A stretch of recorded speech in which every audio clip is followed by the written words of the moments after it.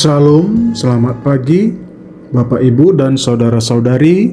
Sebelum kita mendengarkan firman Tuhan kita pada pagi hari ini, marilah kita berdoa. Kasih karunia dan damai sejahtera dari Allah Bapa kita dan Tuhan Yesus Kristus menyertai kamu sekalian. Amin. Bapak Ibu dan saudara-saudari, firman Tuhan kita pada pagi hari ini diambil dari Injil Lukas pasal 15 ayat 7. Beginilah firman Tuhan, "Aku berkata kepadamu, demikian juga akan ada sukacita di sorga karena satu orang berdosa yang bertobat lebih daripada sukacita karena 99 orang benar yang tidak memerlukan pertobatan." Demikianlah firman Tuhan. Bapak, Ibu, dan saudara-saudari yang terkasih, seorang anak kecil tersesat di sebuah pusat perbelanjaan.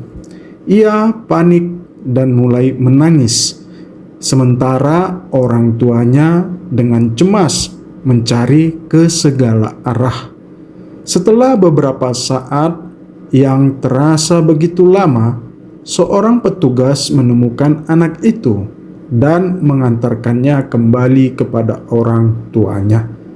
Saat melihat anaknya, sang ibu langsung berlari, memeluknya erat, dan menangis bahagia.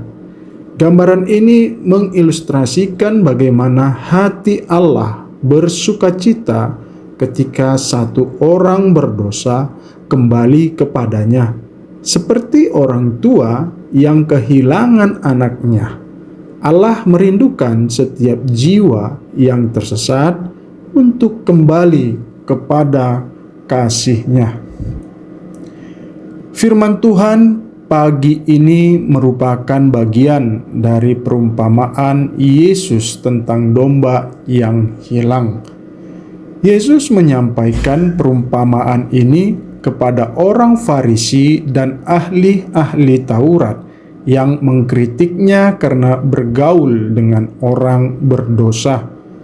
Melalui kisah ini, Yesus ingin menunjukkan kasih Allah terhadap orang berdosa yang bertobat dan menekankan betapa besar sukacita di surga atas pertobatan satu orang berdosa. Ini menunjukkan bahwa keselamatan dan pemulihan seseorang memiliki nilai yang sangat tinggi di hadapan Allah.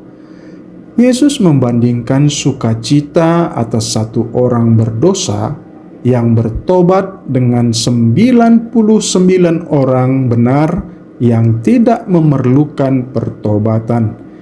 Ini bukan berarti orang benar tidak berharga, tetapi menunjukkan bahwa Allah memiliki perhatian khusus bagi mereka yang tersesat dan kembali kepadanya, sekaligus mencerminkan sifat Allah yang penuh kasih, yang tidak ingin ada satupun yang binasa. Ini juga menegaskan bahwa anugerah Allah terbuka bagi siapa saja yang mau bertobat. Saudara yang terkasih, dalam hidup ini kita mungkin pernah merasa tersesat, jauh dari Tuhan karena dosa, kesalahan, atau keputusan yang salah. Namun, Lukas 15 ayat 7 mengingatkan kita bahwa tidak peduli seberapa jauh kita pergi, Allah tetap menanti dengan kasih-Nya.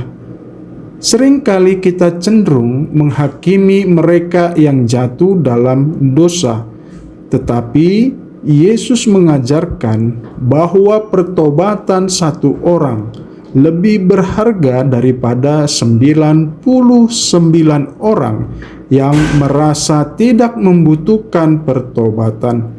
Ini adalah undangan bagi kita untuk bersukacita ketika seseorang kembali kepada Tuhan, bukan menghakimi atau merasa lebih baik daripada mereka. Sebagai pengikut Kristus, kita juga dipanggil untuk menjadi alat Tuhan dalam membawa jiwa-jiwa yang hilang kembali kepadanya. Apakah kita sudah menunjukkan kasih kepada mereka yang tersesat, ataukah kita masih sibuk dengan kepentingan kita sendiri? Maka melalui firman Tuhan pada pagi ini, pesan yang dapat kita ambil dan kita lakukan sebagai pengikut Kristus, kita harus memiliki hati seperti Allah, bersukacita atas pertobatan orang lain, dan bukan menghakimi mereka. Kita dipanggil untuk membawa orang yang tersesat kembali kepada Allah dengan kasih dan kesabaran.